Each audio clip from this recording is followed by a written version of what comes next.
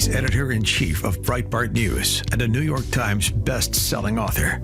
And on this podcast, he brings deep research, prescient analysis, and world-class guests. He's Alex Marlow, and this is the Alex Marlow Show. All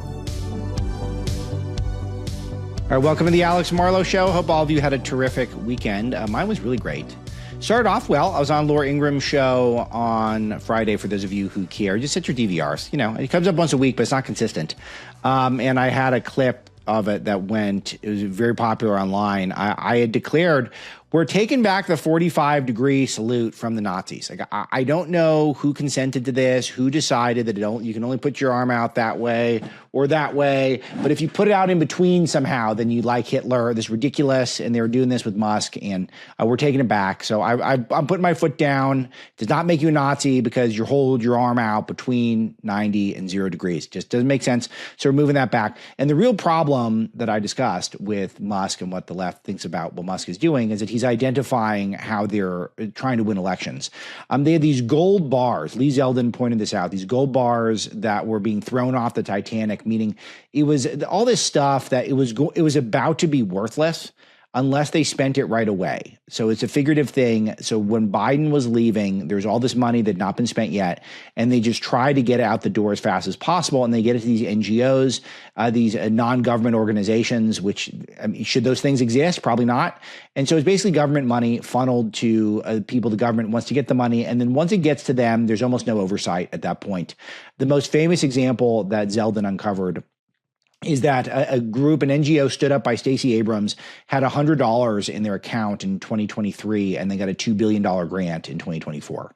So that is all money that's going to go throughout the left-wing apparatus. And, you know, Stacey Abrams is terrible with money. She had a lot of finance problems on a personal level. And she was in incredible amounts of debt. It got highly publicized. I mean, almost everyone's in debt, and hers was so bad it actually got in the news. So it just shows you how bad things were for her. And she got put in charge of $2 billion. And lo and behold, all of a sudden, you get these Astroturf protests that are popping up, all these crazy people showing up and protesting. Do we think that's coincidence? No, of course not. So I think they're all related, and it's a really important thing. So I covered all that. And we'll get into this with Zeldin, who will be here momentarily. We spoke to him for quite a while. So we'll have, we just did that right before I'm recording this opening. So we'll have the Zeldin interview momentarily. You will dig it. But you guys see these protests popping up, and you feel like these people are not just showing up for fun. They're organized. And I think they're organized specifically by this money that is being pointed out by the Doges of the world and by the Zeldins of the world. Check this out. Here's one that we saw earlier.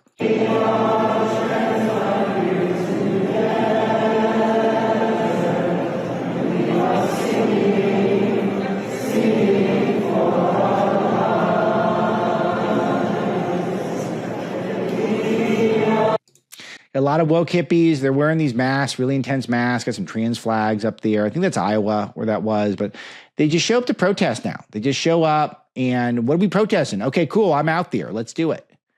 It's all organized, it's community organized, and it is done by the people who are trying to get the intensity up on the left, which is fading. It's fading in a major way. But the intensity, they need that back because they don't have their arguments dialed in yet. They feel like they're getting some ground on some. I think they think that if Trump doesn't do something about prices soon, if tariffs drive prices up at all, they're going to see some vulnerability there. They're trying desperately, and the Putin stuff, we'll come to that momentarily. But they're just trying to make it seem like things are worse than they are. And they're kind of in a race against time to do that because they don't want their grassroots to get out of the habit of being involved, being engaged, protesting. And it's easy for that to happen. The right's made this mistake in the past. So I think that's where all the gold bars are going. We got to uncover them all. So we'll get into that more a little bit in the show. Yeah, it's let's see. Let me bring up the Oscars. So Breitbart's original mission statement has the culture is downstream of culture is upstream of politics, or politics is downstream of the culture. And so what we mean by that is that throughout much of American history, movies have been at the centerpiece of the culture. There's about a 100-year window, about 1918, 1919 through about 2019. I would say that was the centerpiece of American culture, art, etc., was cinema. And it's where we put a lot of our best creative minds, our best business minds. They were there. And then we would export that content around the world. It was the way a lot of people perceived America, was via those movies. And that began to shift a lot as we had smartphones.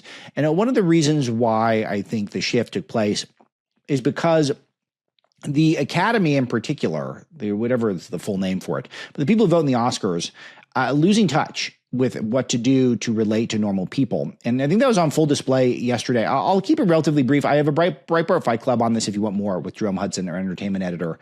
But it's important to check in with what Hollywood is projecting to the world. And I'll tell you, I mostly have good news from yesterday. They continue to give awards to movies that no one saw, no one's really interested in, and really won't change people's minds about anything in life. And the disconnect between the cultural class, between the movie star class and normal people continues to grow. You'll notice a lot of, if you watched any of it yesterday, you'll notice a lot of the speeches, a lot of the outfits, a lot of the presentations, a lot of the body language. It really creates this huge disconnect between the cultural elite and normal people. And I'm here for it. I'm all in for it because it doesn't work. It makes them, I think, really less appealing. And we all know that they are woke, they are left, they would like to advance anti-Trump causes. And they're, I think, having an increasingly difficult time to doing that. And you could see it yesterday. One of the key details we noted at Breitbart News is that they didn't use the word Trump one time. The name Donald Trump did not come up. There were all of these indirect passive-aggressive attacks on Trump. Conan O'Brien made a joke about how we need to stand up to a Russian strongman or something, but it just all is indirect. It is low energy. It's very weak. It's almost an admission that they're feckless, that there's nothing they can do to claw back all the gains we've had culturally. There was Daryl Hannah, who is a aging actress, yelled Slava Ukraine at one point. The worst moment of the night, and I got a clip of this, was this pro-Palestine documentary won, and the winners called for at the end of the occupation of Palestine. It's not an occupation, and the people who are running Gaza are terrorists who raped women and children at a music festival. You would think that people who were in the arts would have understood the symbolism that the October 7th attack was originated at a music festival, revelers, the exact type of people who traditionally would consume Hollywood's content. But it's totally lost on them. And what's noteworthy with this is, listen to this. I got the clip. Then I'll tell you what I think is most noteworthy. To the Academy for the award. It's such a big honor for the four of us and everybody supported us for this documentary. About 2 months ago, I became a father, and my hope to my daughter that she will not have to live the same life I'm living now, always fearing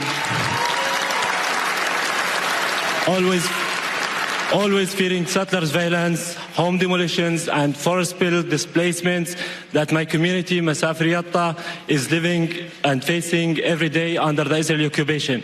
No other land reflect the harsh reality that we have been enduring for decades and still persist as we call on the world to take serious actions to stop the injustice and to stop the ethnic cleansing of Palestinian people. Right. So he's accusing Jews and Israelis of ethnic cleansing and occupation. Okay. So no harsh words for Hamas. Look, this is a young guy and he's making movies, and I don't know who he is. I don't even know what the movie is. It's all mostly irrelevant. But what's noteworthy is that the crowd applauds. Maybe they can't hear what he's saying, but I think they can. And I think that's noteworthy that Hollywood is confronted with this choice. Are they going to get more woke? Are they going to lean into the woke, or are they going to start trying to go back to sanity, try to make stuff that people actually want to watch, try to adapt to the times where you've got Donald Trump and his brand ascendant in our culture, the America First brand, the stuff that we embody at Breitbart? Are they going to work with us, or are they going to do this stuff where Israelis are the occupiers and now we cheer that? I don't think Hollywood would have cheered that statement a couple decades ago, and the accusing Israel of ethnic cleansing. And he gets applauded. So, but overall, I still think it's a positive development because it's clarifying. it clarifies who they are. It clarifies who these people are. And so it was a pretty boring show overall. A lot of, again, passive aggression towards Trump. The fashion is just, it's all costumes now, which again, I like this as well. The analogy is the capital city scenes in the Hunger Games movies and books. I think the movies were, I saw a couple of the movies. I think they were better than the books. I read most of the books. Just going back, it wasn't that long ago. It was probably 10, 15 years ago I read those things. But anyway, the point is it's a sort of dystopian novel where the rich and opulent capital city makes all the poorer other states or boroughs have children fight to the death amongst themselves in order to honor the capital. And the people in the capital are all dressed like the people dressed at the Oscars, basically. So, and they're the bad guys, the evil guys dressed this way, and they keep doing it. A lot of real actory behavior. You guys understand that they've started to do this thing where they don't just award the people who are the best actor. They award most actor or most actress, the people who are doing the most in their roles. So that's a big thing. They pulled back from giving an award to the man who impersonates a woman, Carla Maria Gascon, who was a man until about 6 years ago and then began transitioning to a woman and was nominated for Best Actress. So that did not get any awards. So I don't have that much more to say that's essential for this audience, but it's important to note, I think the Hollywood culture is continuing to recede. They're so lost under Trump, and they're certainly not making full adjustments back to trying to relate to the rest of us. Conan O'Brien hosted, it's just very milquetoast, vanilla, only light political commentary, negative towards Trump, nothing positive. It's just all seat filling, which is apropos. They are not at the cutting edge anymore, and I guess that's a welcome thing, but I still put myself through it, mostly so I can report back to the audience. Now, I've seen almost none of the movies this year also. It's always interesting to see if what movies they're awarding, and I can't really comment because I haven't seen anything that won awards. So on a less busy year, when it comes off an election year and I'm another baby like I did last year, it's hard to see everything. So there you go. More Breitbart news as always. One moment I really liked. This is Kieran Culkin. Kieran Culkin is one of Macaulay Culkin's brothers and wins lots of awards. He won a lot of awards for the TV show Succession, and now he won an award for I forget what the movie's called, but anyway, he won an acting award, Best Supporting Actor. This was his speech. This was awesome. Check this out. This is, I have to thank my wife, Jess, for absolutely everything, for giving my favorite people in the world. This is, please don't play the music, because I want to tell a really quick story about Jess.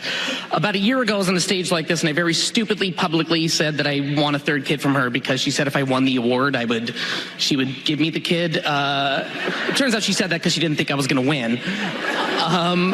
But and people came up to her and were like, really annoying her. I think it got to her. But anyway. After the show, we're walking through a parking lot. She's holding the Emmy. We're trying to find our car. Emily, you were there, so you're a witness. And she goes, "Oh, God, I did say that. I guess I owe you a third kid." And I turned to her and I said, "Really, I want 4. And she turned to me. I swear to God this happened. It was just over a year ago. She said, "I will give you 4 when you win an Oscar." I held my hand out. She shook it. And I have not brought it up once until just now. You remember that, honey? You do? Okay. Then I just have this to say to you, Jazz. Love of my life, ye of little faith. No pressure.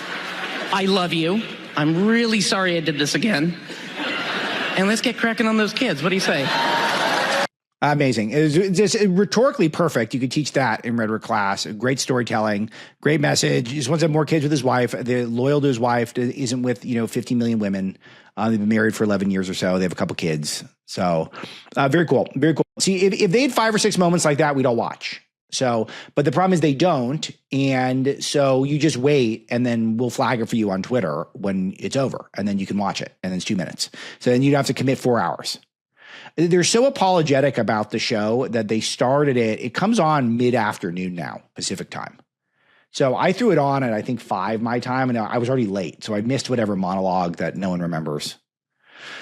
All right, there you go. There's your Hollywood update. Look, it's important to do these things. Important to keep you posted on what I see is going on there. Oh, there 2 of the winners thanked the hooker community, the sex worker community.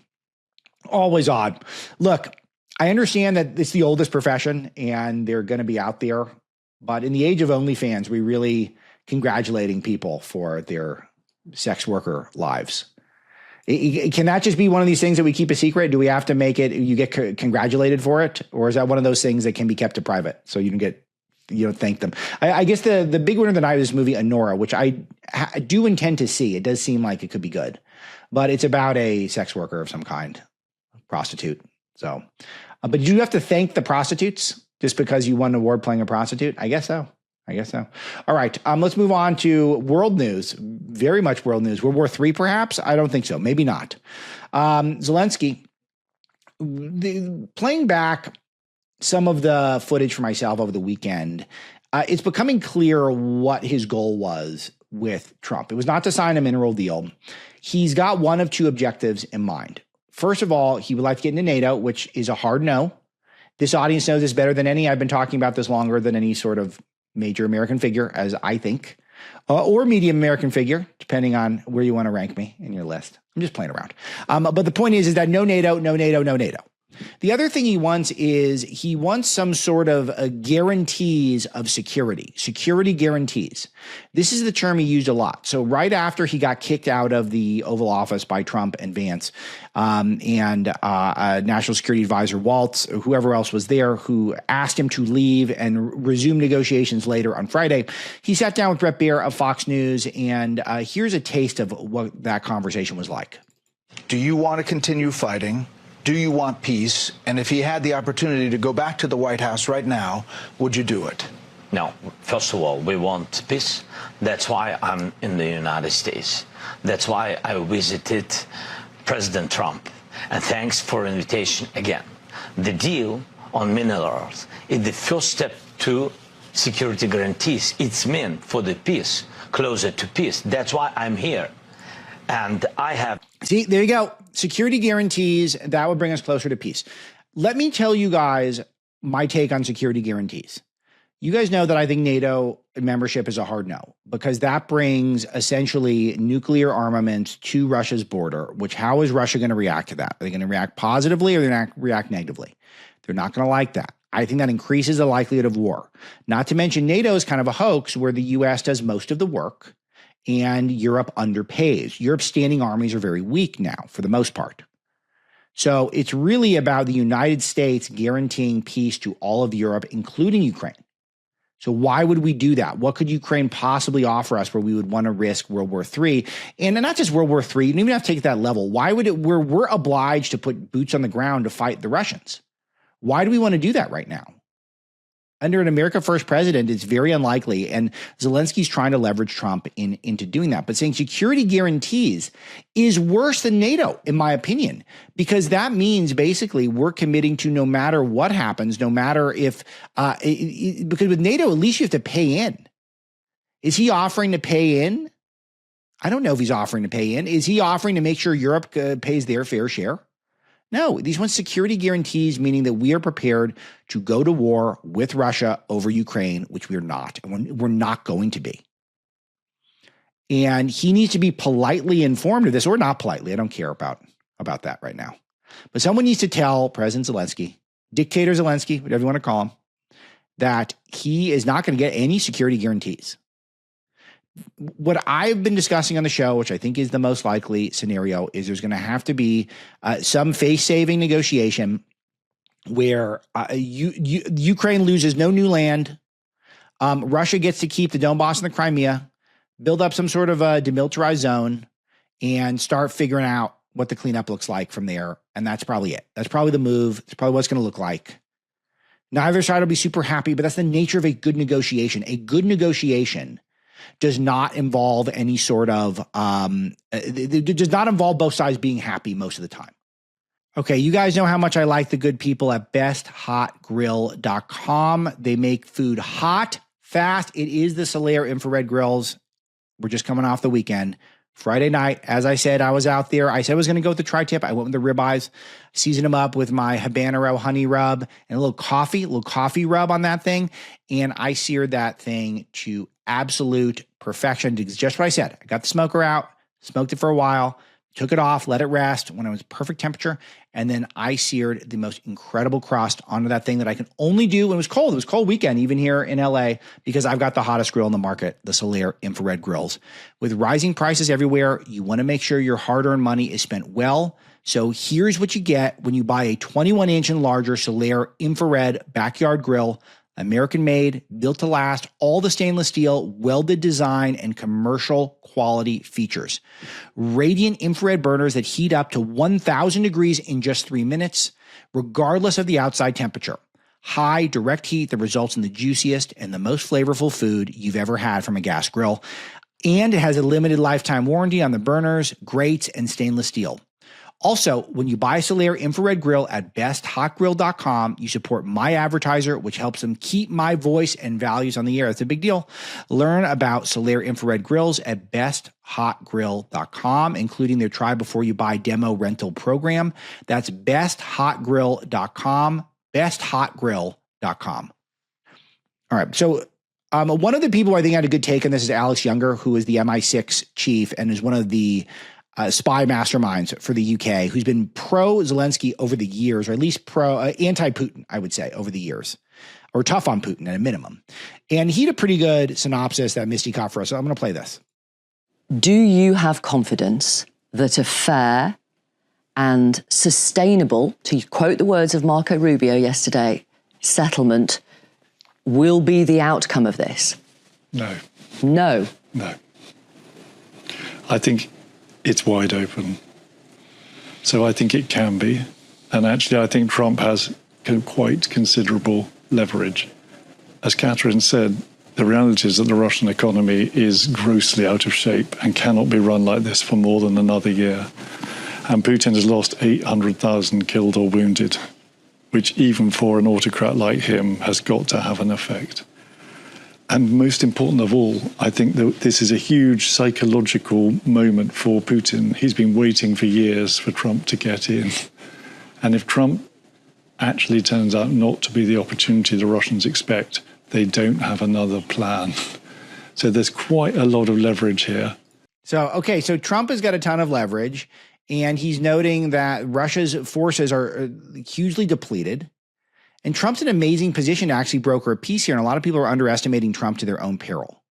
Trump, all he wants to do is bring this to a peace. And I don't think that Trump is, dying to make Zelensky look bad or Russia look good. I don't think that's his point. I think his point is he wants peace so that this conflict can be over and so that he doesn't have this distraction. And maybe he can get some minerals in the process.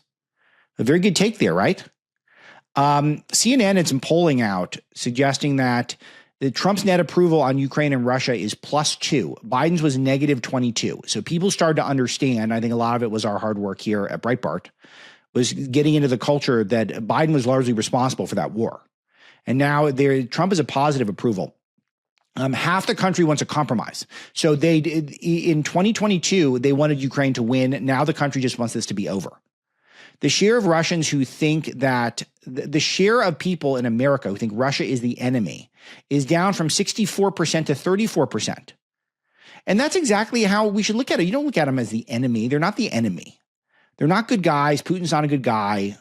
But it doesn't mean that Zelensky's so great and Ukraine's so great. So a lot of the conversation that's taking place in establishment American media is that the allies like Ukraine, but who are our allies? A bunch of weaklings who can't pay their fair share into NATO. A bunch of people who just hate Trump on a visceral knee-jerk level. H.R. McMaster, who is Trump's national security advisor, who is a classic neocon, four-star general type politician-y guy, if there ever was one, was on 60 Minutes, and this came up. I want to play this clip for you. He appeals to President Trump's sense of aggrievement, right? Donald, like me, you've been treated so unfairly. And he's been very successful at it because he's a master manipulator and one of the best liars in the world. You seem to be saying that President Trump is being played. He is being played. And he's being played like other presidents have been played, like other leaders have been played, through that same playbook of Putin's. Today, the Allies stood with Zelensky. In London, a flash summit was arranged with leaders including those of Canada, France, Germany, Italy, the head of NATO, and the British Prime Minister, who announced new negotiations by Britain and France, potentially taking the lead for peace out of the hands of President Trump. Yeah, you can't take it out of the hands of President Trump. It's all dependent on Trump because NATO is dependent on America paying for it. So how are they going to broker some sort of a peace? They don't have enough troops. Are they going to put boots on the ground? This is what's so unbelievable, that it seems to be there's a flirtation now with these left-wing governments in Europe who appear to be suggesting that it's a real possibility to put boots on the ground in Ukraine from Western liberal European nations. This is a refrain I've been saying to myself, and I don't know if I've said exactly on the show, but I have a feeling I'll be saying this a lot. If you had told college Republican Alex or Alex who would debate liberals in high school that the left-wing radicals were the ones insisting on a global war, just where there's no real immediate sense of danger or threat, and they're just involving themselves in wars around the world, and the Republicans were saying, we just want peace and we want this to end, I would have said, you're absolutely crazy. And yet that's exactly where we find ourselves, where you've got the Kier Starmer, left-winger prime minister of the UK, seeming to be flirting with escalating the war. Here, let's play a clip of this. The first priority of this government, of any government, is the security and safety of the British people, to defend the national interest, particularly in these volatile times. That's why last week I announced the biggest sustained increase in defence spending since the Cold War. That's also why I met President Trump last week, to strengthen our relationship with America and indispensable partners in defence and security. And it's why this weekend I've been hosting European leaders here in London to work together for the security of the United Kingdom, Ukraine, and Europe as a whole. Through my discussions over recent days, we've agreed that the UK, France, and others will work with Ukraine on a plan to stop the fighting. Then we'll discuss that plan with the United States and take it forward together. Very skillful political stuff from Keir Starmer. He's obviously much more talented than some of his predecessors and some others like Zelensky. It's because he's saying is that we're on Ukraine's side, but he does do a lot of homage to Trump and to America and saying we're invaluable partners and essential partners, and that when we come up with an idea, we're going to present it to Trump. We're not just going to go it alone, which is noteworthy. But again, there is still this real level of encouragement that people want to see this thing not necessarily brought to an immediate peace, but they really want Ukraine to save face, even if it's at the expense of more blood and treasure, which is, we're just not here. We're just done with it. It's just over. You see Canada get involved. Trudeau's meeting with King Charles. He wants King Charles, one of the big celebrities in the world, to try to work Trump.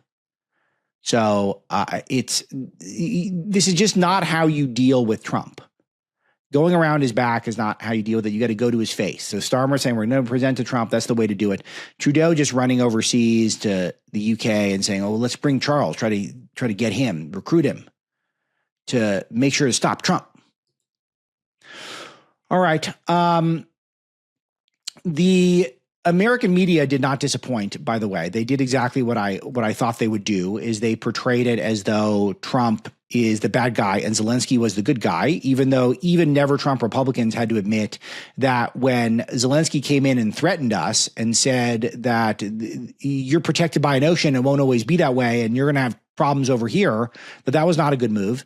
That acknowledging that Zelensky came over to sign the deal and then ended up just having a different agenda, as I just played for you. In that Bret Baier clip, which I could play all day, he must have mentioned, it had been, 20 times that he wanted a security guarantees. We're not giving you security guarantees. That's not what this is going to be. So you need to get disavowed that notion. There's no security guarantees. We're just bringing the war to an end. That's what's going to happen. Or you're going to have to figure it out on your own. And all these people in Europe, you guys, all these countries, you guys can figure it out. You guys figure it out then. Okay, let's see. Oh, yeah. My point about the media. Let's see what happened over on MSNBC with our friend Jasmine Crockett. We have someone that is occupying the White House, and as far as I'm concerned, he is an enemy to the United States. He swore an oath just like the rest of us. But right now, when you are literally putting us at risk, all because of what? Because you want to convince your followers that you should be a dictator too, that you should never leave the White House? Because you guys got that? That's what all these years of America First, these 9 years of America First, all that's been about is getting Trump to be a dictator. That's it. She's figured us out. Crockett figured us out, guys. What do we do now? Wow. I feel completely exposed. MSNBC and Crockett did it. They found out what we're all about. We're about making Trump a dictator. Ha! Man, they're good. Because you don't believe that elections should take place. I don't really understand what is going on, and I don't know what it's going to take to get people to wake up. Hold on a second. So President Trump just won an election. He won every swing state. He won the popular vote. And Vladimir Zelensky canceled his elections and won't call new ones. But we're the ones who like dictatorship, and they're the ones who like democracy. I'm getting lost. Let's see where she goes. We are not living in a safe country when we decide that we are going to weaken our national security by getting rid of those that are watching our nuclear stockpile, by giving everything over to a private friend known as Elon Musk. We are getting rid of all of the inspector generals. And so there's literally a lack of checks and balances all around us. And then we have somebody who's sending his vice president out to offend our allies in Europe. He's not here to offend our allies in Europe. He's calling for them to stop arresting people over free speech. We keep seeing this all the time, that people who are stating negative things online, you saw that clip of the Germans, you're not allowed to insult people online. If you insult people online, you get arrested. If you pray outside of an abortion clinic in Scotland, you get arrested. He's correct to want to be against that stuff. It's so incoherent. This is why we check in. We love Jasmine Crockett. We thank her for all the content. And we thank Misty for making sure. Misty's our unofficial Jasmine Crockett aggregator. She's constantly vigilant now for me, making sure we're Crockett's there. So is the Alex Marlow Show. That's how we operate here. But you see how lost they are, is that they are the ones who are backing a dictator are the ones who like democracy. And it is a problem that J.D. Vance is advocating for free speech. It's a very strained logic, and you can't actually watch the content, the original content, in order to agree with her. If you saw Vance's speech in Europe, you would have liked it. If you understood the context that Zelensky canceled elections and won't call new ones, then you wouldn't like her argument about democracy.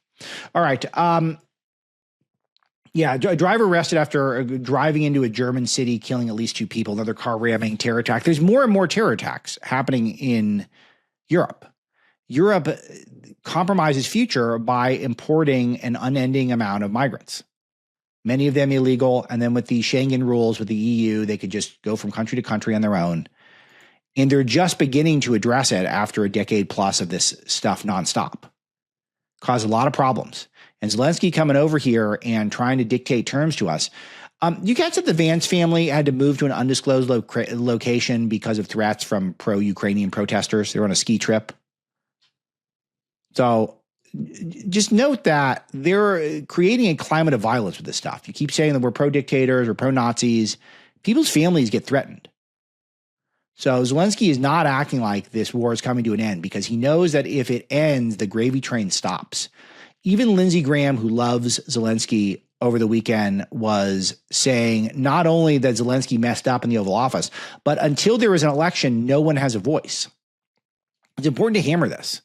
Zelensky is not allowing for himself to get challenged. And I'm sure this is, he feels like he's protected if he does this, but this is not a posture that's going to work long term.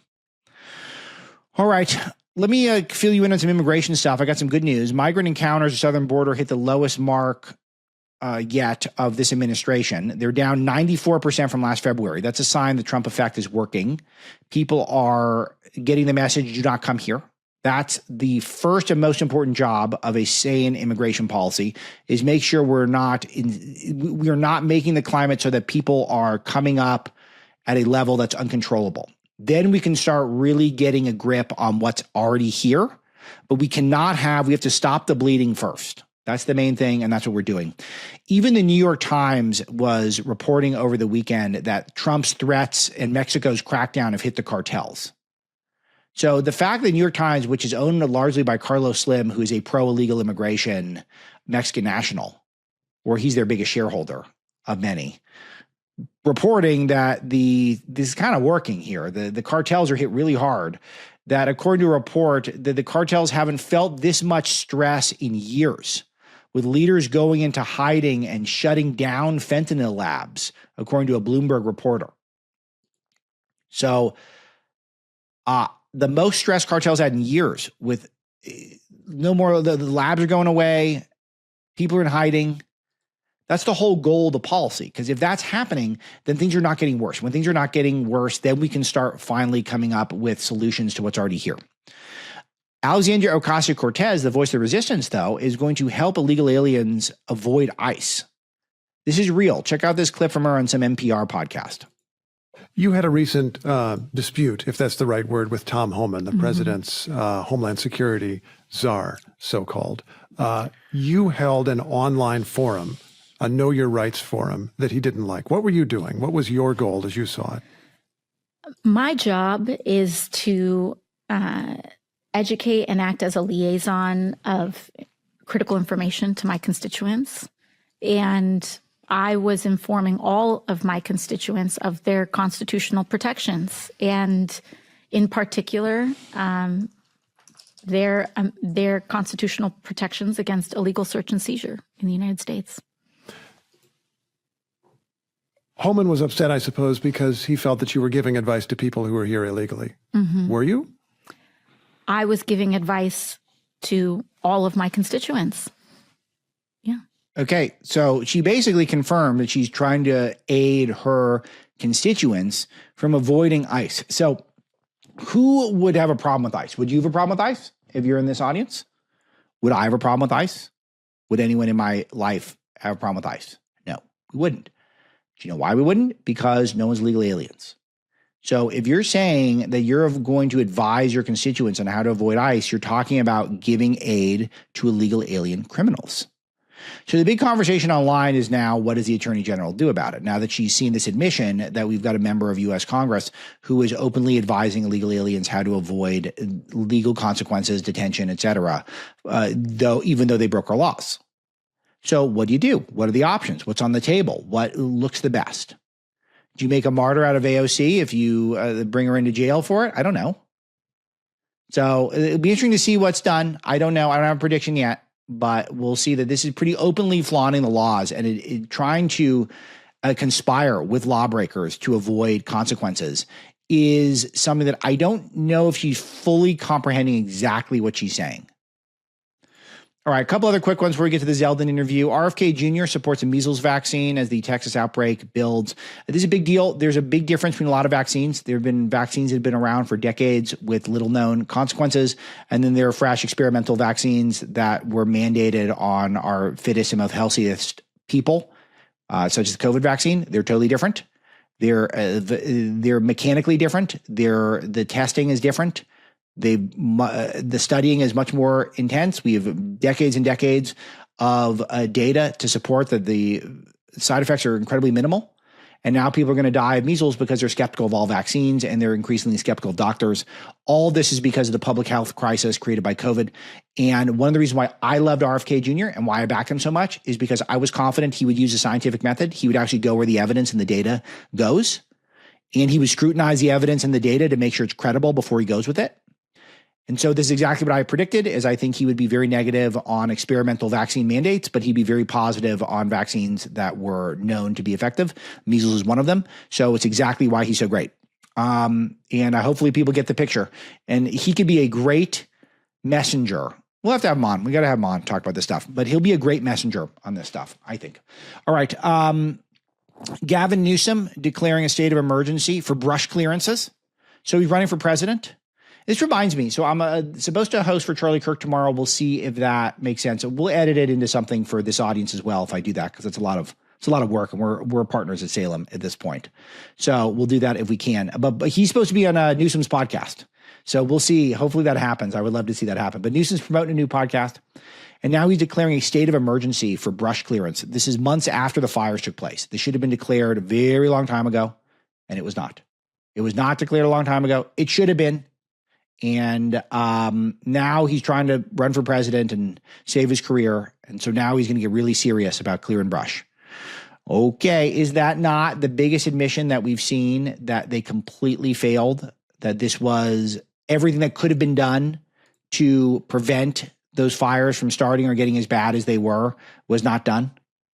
So you would think this would disqualify him from being president, but who knows? Maybe not. Maybe people buy into it. It's sort of a sucker play if you think that matters at this point in time. And look, I want to see the brush cleared, but it just is an admission of guilt, clearly. All right, last one today. This is a fun one, especially for those of you who think Musk can do no wrong. He now has a 14th child, his fourth baby, with Neuralink executive Siobhan Zillis. I think she's the most appealing of the baby mamas, in my opinion. So I get it. I understand. But he's spreading his genetic seed all around. And I just want to remind everyone that Musk is really great at cutting government, it appears. He's really good at science. He's really good at making children, but it does not mean that he is a conservative in the sense that these kids are not going to grow up with traditional family structure. And I like the traditional family structure. So I understand what he's doing. He thinks he's a historic figure and he wants his DNA out there in the world as much as possible. That's very clear. I'm saying, though, from a conservative's perspective, I still like the nuclear family, and this is not the nuclear family. So those of you who are more skeptical when I was not entirely positive about him, knocking up all the Twitter personalities that he likes, this is part of it. Okay. So number 14 for Musk, and he still only got the one. He had the one out there this weekend who he was parading around with. He's only got the one he seems to like. He's got the one kid, baby X, that he brings everywhere. The other 13, who knows where they are. So it's amazing. It is amazing stuff that he's like this. Endless content for me, and I'll take that. All right, that's good for now. Thanks to Misty. Thanks to all of you in the audience. This is Administrator Zeldin, one of the best you could get, and he gets into great detail on the LA fire responses, as well as all of that waste that he's been uncovering, including that explosive gold bars for Stacey Abrams. Check it out. Okay, so we spoke a lot today about the Oscars and how Hollywood continues to pump destructive content into our screens, into our homes. And that's why I joined the Angel Guild community. I want entertainment that inspires and uplifts and doesn't drag us down. And with Angel Guild, I can vote on upcoming films and support movies that reflect my values, the values that we all align with on the show. Plus, you get early access to inspiring content, so you no longer have to have Hollywood's agenda flowing through into your homes. Angel Studios is leading the charge, creating high-quality, faith-filled films like The Sound of Freedom, Cabrini, and Homestead. These movies are powerful, and they're must-sees if you haven't already seen them. If you want to make a real difference, where we put our dollars shapes the future of entertainment. Let's support the content that amplifies light and protects our children from harmful influences. So please join me making a difference today by visiting angel.com/Marlow. That's angel.com/Marlow to join the Angel Guild now. All right, EPA Administrator Lee Zeldin is here. He's my guest. Happy to speak with him again on a new show. I interviewed Administrator Zeldin many times when he was congressman and on the Alex Marlow Show. But it's the first time in his new job, and it's a really important job for a number of reasons. First of all, you're in the midst of a lot of different stuff in the LA fires. But before we get to that, I want to talk to you about these gold bars being thrown off of the Titanic that you've caught. You guys are doing an amazing job identifying huge levels of waste at the EPA. But this one in particular, where this NGO that I guess had $100 in it that was connected to Stacey Abrams, that somehow turned that into $2 billion. And you guys figured this out right away. To me, this is one of the scandals of the first 50 days of the Trump administration. And we just kind of blew through it in a weekend, Administrator Zeldin. Can you tell us more about this, what you guys found, how you guys did it? And were you guys surprised that we just moved on this quickly from something like this? I'll tell you, here at the EPA, we haven't moved on, and there are some other three-letter agencies elsewhere in the federal government that haven't moved on either. This really first started popping in December when a video came out of a Biden EPA political appointee talking about how they were tossing gold bars off the Titanic, trying to get billions of dollars out the door before Inauguration Day, with an eye towards getting themselves jobs at the recipient NGOs. And I was meeting at the time with members of the Senate who were asking me to commit that if confirmed, I would immediately make it a top priority to get to the bottom of this. And I reiterated that commitment during my confirmation hearing. Once I got confirmed at the end of January, our team got to work in locating more and more facts, overturning rocks to get details that we've been able to share publicly. One big development in understanding what happened here was that there was a $20 billion pot of money through the Greenhouse Gas Reduction Fund that was placed at a bank outside of government towards the latter half of 2024.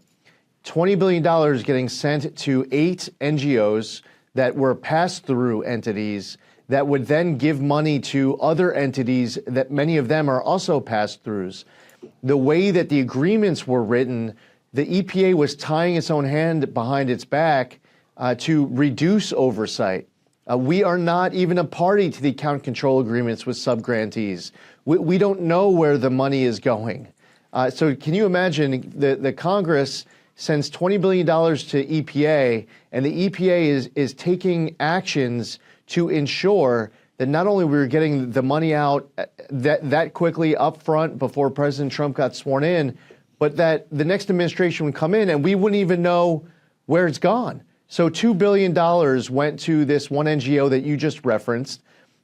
They only received, as you pointed out, $100 in 2023. Yet in 2024, they received $2 billion, not 2 million, $2 billion. And in the grant agreement, if you go to page 7, it gives them 90 days to complete a training called How to Develop a Budget. If an organization doesn't know how to develop a budget, they should have to complete the training before they're spending the first $1 of tax dollars. Here, they were receiving, not just receiving $2 billion, they were given 21 days to start spending it. So 90 days to complete the training, but in the first 21 days of those 90 days, they have to start spending the money before, forget about actually having a budget, before they take the training of how to develop a budget. So where do you think the money goes? Does it go to jobs for former Biden administration people? Does it go to some of these clearly Astroturf protests against Doge? What do we think it actually goes? Because clearly people with a budget of $100 one year, there's no idea how to spend 20 grand, much less $2 billion the next year. Right now, we're asking questions.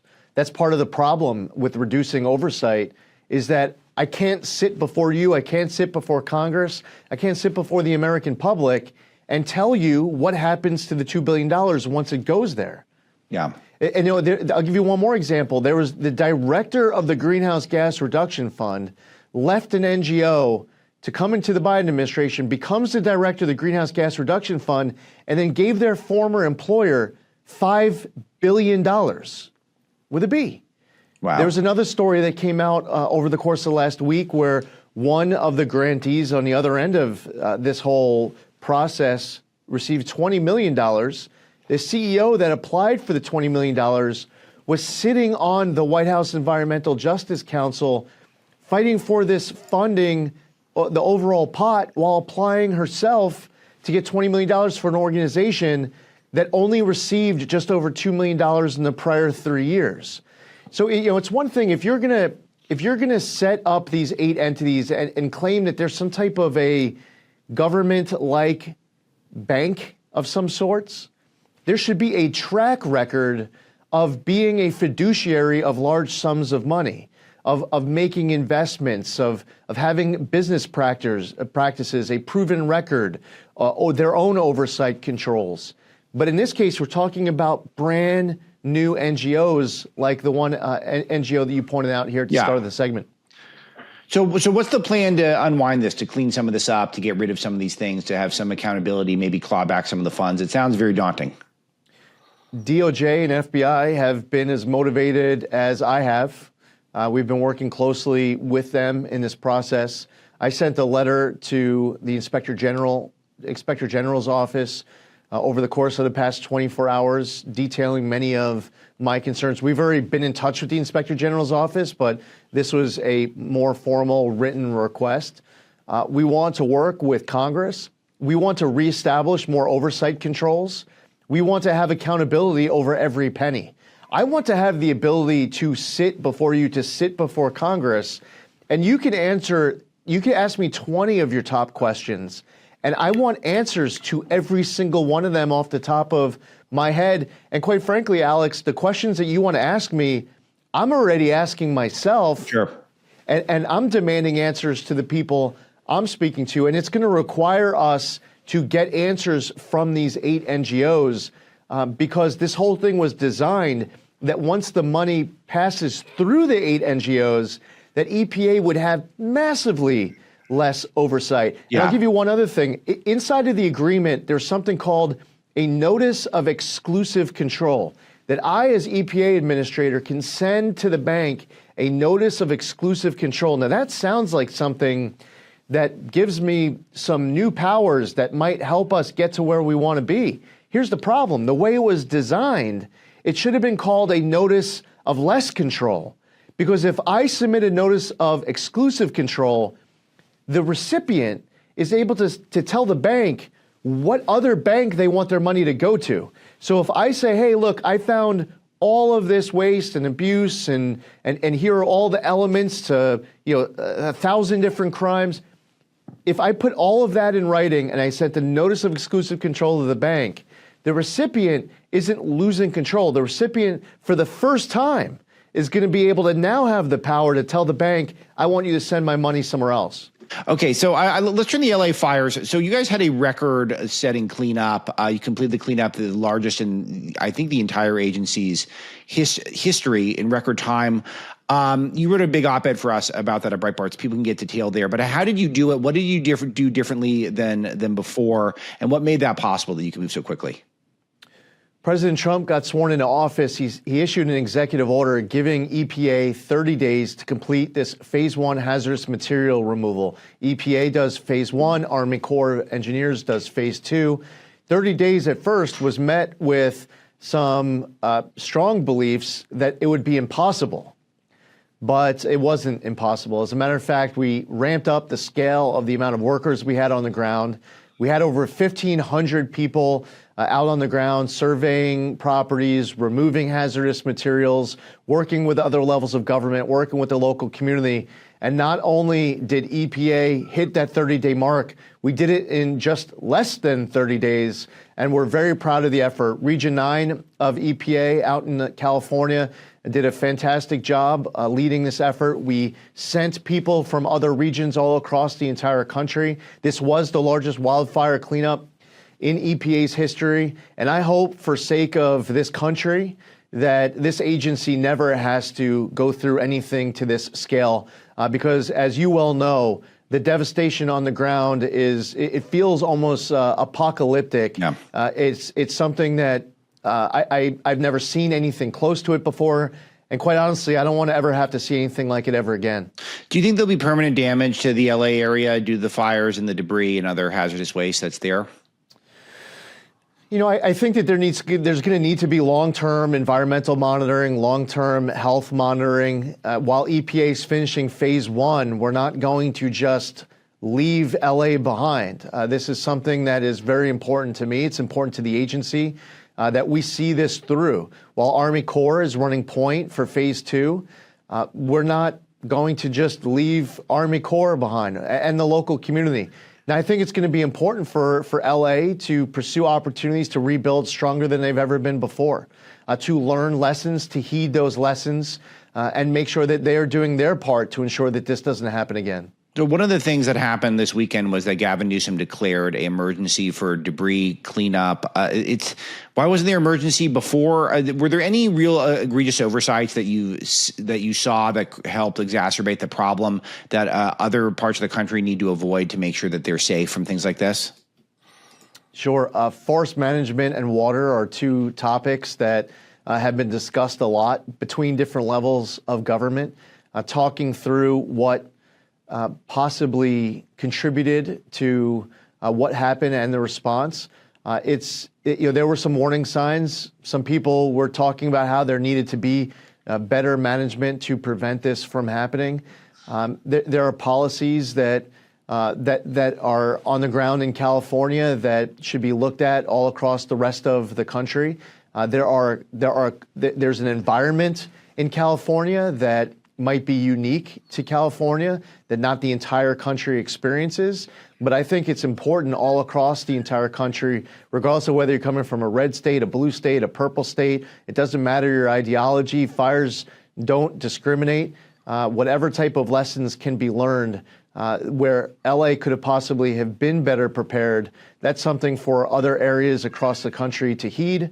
And to ensure that this doesn't happen again elsewhere. California was thought of as, and I've lived there my whole life, basically, aside from a brief stint in D.C., it's thought of as the breadbasket of the world, really, and just not just that it was, I think, run with policies that could have maybe prepared you for natural disasters, but also made it so there's a lot more agriculture. It was much more in lush green state and less desert-like in the past. A lot of that's environmental regulation, protecting things like salmon runs and bait fish and stuff like that over human beings.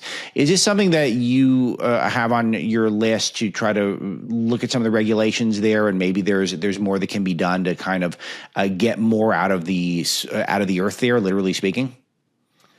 I think that there's going to be conversations in the weeks and months ahead as Congress is starting to debate whether or not there's going to be some supplemental that's sent to California of federal funding that helps with their recovery.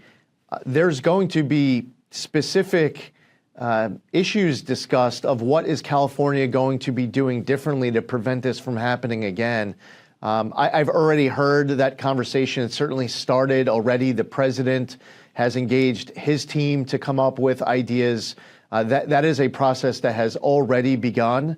And I don't think that this is going to be a situation where there's going to be some blank checks sent from Congress to California where California doesn't take any actions. I think that that very much so will be part of this debate in Washington and part of the conversation between D.C. and California. Let me ask you a fundamental question. What do you see as the EPA's mission overall? How would you summarize it? EPA's mission is protecting human health and the environment. Under the Trump administration, we have what we call the Powering the Great American Comeback Initiative. It's 5 pillars. The first pillar is focused on clean air, land, and water for all Americans. The other 4 pillars, heeding the calls of the American public when they spoke through their vote last November, is about unleashing energy dominance, making America the AI capital of the world, pursuing permitting reform, and helping to bring back American auto jobs.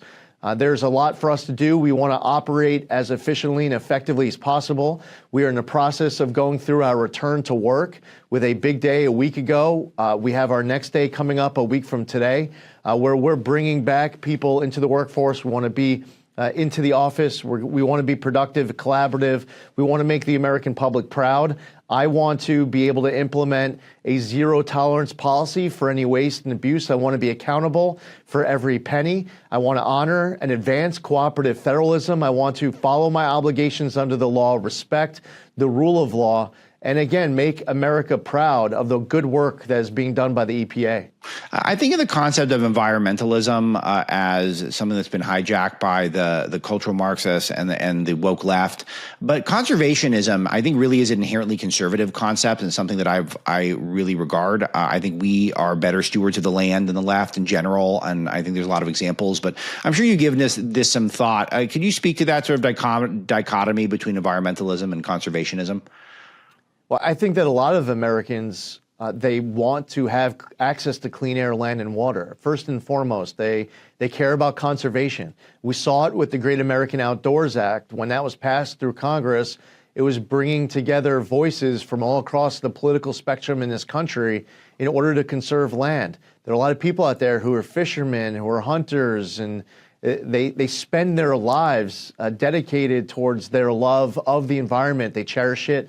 They want to protect it. This isn't something that's new. It's part of the long, rich history of this country. We want to be able to do our part to leave that next generation an environment that's better than the last. It's important that whichever agency you are with, though, with the federal government, when pursuing your core mission, in the case of EPA, it's protecting human health and the environment, that we are always cognizant of what Americans say are their top issues and demands of what they expect from the federal government, so that we're doing our part. EPA is part of the National Energy Dominance Council. EPA is part of Secretary Kennedy's Make America Healthy Again commission. There's a lot of work that we need to be doing, collaborating with these other agencies. We can't all be siloed in our own box.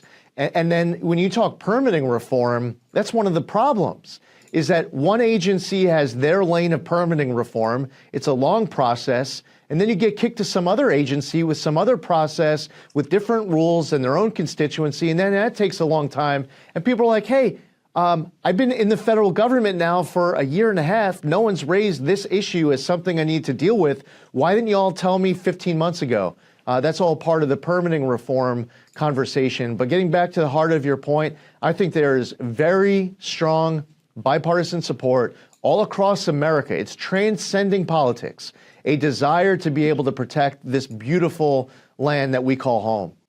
You're 50 days in or so into the first 100 days of the Trump administration. Administrator Zeldin, evaluate how the EPA is doing so far. We're crushing it. I'm really proud of EPA's work. We were just talking about the mission in Los Angeles. I was in Western North Carolina, where we really are doing a great job helping to respond to the hurricane. I was with Vice President Vance in East Palestine, Ohio, where that project is moving along, really through then Senator Vance's leadership that started just weeks after he was sworn into office as the junior senator of Ohio. I was in Flint, Michigan, where I feel like we are very close. We're at that point to lift Flint out of that emergency order, which is a cause for celebration. And even last week, I was on Friday at the Chesapeake Bay program in Maryland, which spans across many states, doing great work to protect, whether it's the Chesapeake Bay or it's the Great Lakes, all across this entire country. We are doing important work with emergency response from Maui to a new mission assignment we just got responding to the Kentucky flooding that took place. There's work that we are proud of. We're filled with men and women who could be making a whole lot more money outside of government, but they believe in public service. They love this country, and they want to make sure that EPA is being run as effectively as possible, that we're accomplishing our mission in a way that Americans don't just know what EPA is. They know that we're here to protect the environment, but they are able to confidently and proudly post on their social media about, with tremendous pride, of the great work the EPA is doing. That's my goal. Amazing stuff. Administrator Lee Zeldin, thank you for all the time, and I hope to talk to you soon. Thanks, Alex.